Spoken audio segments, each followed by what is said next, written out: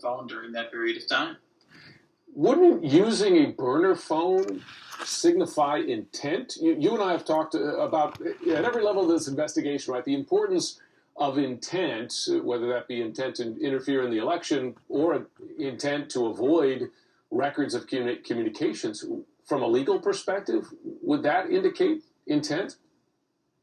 It certainly shows a intent to hide your activity. It is the sort of activity that is heavily associated with not only criminal activity, but knowing criminal activity. I used to get wiretaps on phones when I was a federal prosecutor, and the folks that use burner phones were usually drug dealers, people who were involved in a drug cartel in some way, who knew that they had to toss their phone every 30 days to try to stymie the efforts of people like myself and law enforcement. So I think it would certainly be astounding if something like that happened. And I think the explanation for the Trump camp has to be that he was off the phone for 7 hours straight.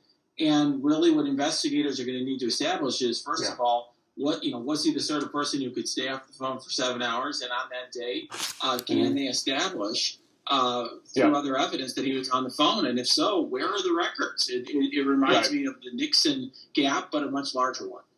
Well, just quickly before we go, where's the